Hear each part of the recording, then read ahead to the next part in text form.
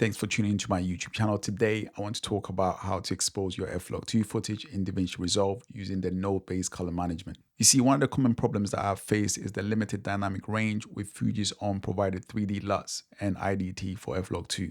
While they do an okay job, sometimes the footage just looks overexposed or lacks the details in the brighter and darker areas. So I just started to explore, find ways to expose my footage in Davinci Resolve. But before we deep dive and really understand the practical steps of exposing your footage, we need to cover some basics. The first part is going to be the color space transform. So let's deep dive into it. In Davinci Resolve, color space transform is the process of changing colors from one color space to another. When we work with a footage shot in a log format for different camera sensors, it usually appears very flat and almost desaturated to preserve more details. Using the color space transform process helps to enhance your original colors and also improve the overall image. Now, a helpful tool that I find is the CIE chromaticity chart, which really helps to interpret and precisely map how we perceive colors across the spectrum. The CIE chart visually represents the mixtures of colors that our eyes can see. So when we refer to CIE chromaticity chart, we are essentially exploring the wide range of colors that our human eyes can perceive. A color space is basically a method for digitally representing colors on a device. Your input color space is like a unique set of colors and characteristics that come from the lens and device sensors you use to record your footage. This space includes details on how colors are encoded and how different shades and intensities are digitally represented. It's basically how your camera interprets and records what it sees. Now, the color space transform tool in Davinci Resolve lets users choose the input color space, which is the color space of the original footage, and the output color space, which is the color space in which the video will be displayed. It's like selecting how your footage gets translated from your camera's view to what you will see on your screen.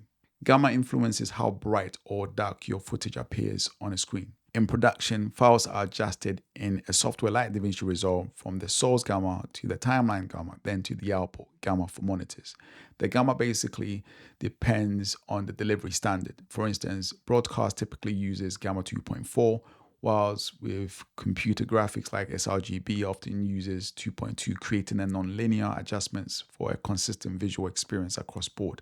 Input gamma refers to the initial adjustments made to the brightness levels of your footage before it is displayed on a screen. It basically determines how light and dark areas are interpreted during the recording of your footage. Output gamma, on the other hand, is the final tweak that adjusts the brightness levels to make your footage look consistent on different devices like TV, computers, and your phone. All right, let's move on to expose our footage in Davinci Resolve. We will start by working with footage shot in Flog 2. We need to adjust the exposure and enhance the colors before exporting it. Every time you open a project in Resolve and add a clip to the timeline, a corrector node is automatically generated in the color editor. The corrector node is marked with green points on the left and right connected by a line. These inputs and outputs control the flow of your node from left to right. They help to feed the information of the node adjustments through the coloring and the grading process. On the top right, again, click on the effects icon to reveal the effects panel. In the search bar of the effects panel, type in color space transform to locate the icon. Select it, then hold and drag it to the corrector node. This action brings up the color space transform panel in the effects section, where we will make the necessary adjustments to enhance our footage. While on the corrector node, we will create a serial node by right-clicking with our mouse and selecting Add Serial Node. Repeat the same process as we did with the corrector node to add a color space transform to the serial node. Now we basically have two nodes, each with embedded color space transform effects ready to expose our footage. Now for the final adjustments, here's how it all comes together. We will start by selecting our input color space, which matches the color space our camera was shot on. For Fuji Flog 2, we can use the standard Rec 2020 color space. This choice offers a complete range of colors for Flog 2 according to the Flog 2 datasheet. Next, we will adjust the input gamma, which controls the brightness levels of our footage. It also involves a bit of trial and error, I find. I chose the red film log because it provides the most dynamic range without clipping or crashing my footage. For the output color space, I selected Davinci White Gamut.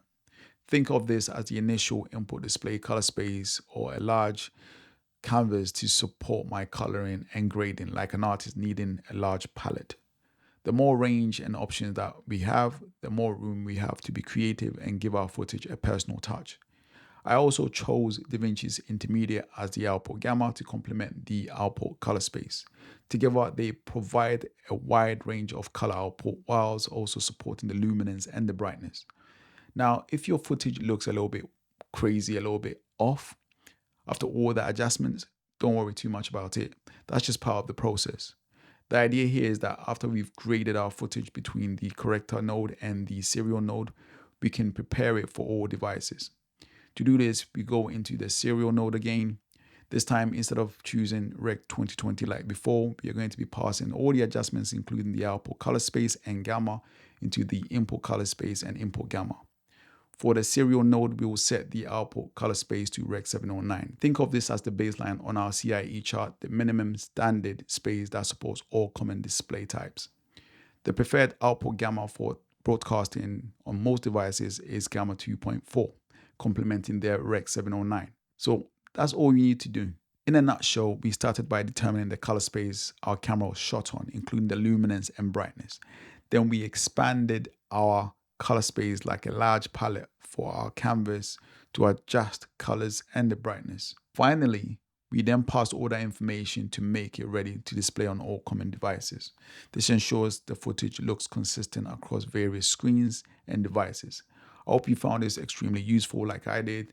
Please remember to like, subscribe, and hit that bell notification for future updates. Thank you so much and have a good rest of your evening in UK. It's evening right now, so I'm just saying it.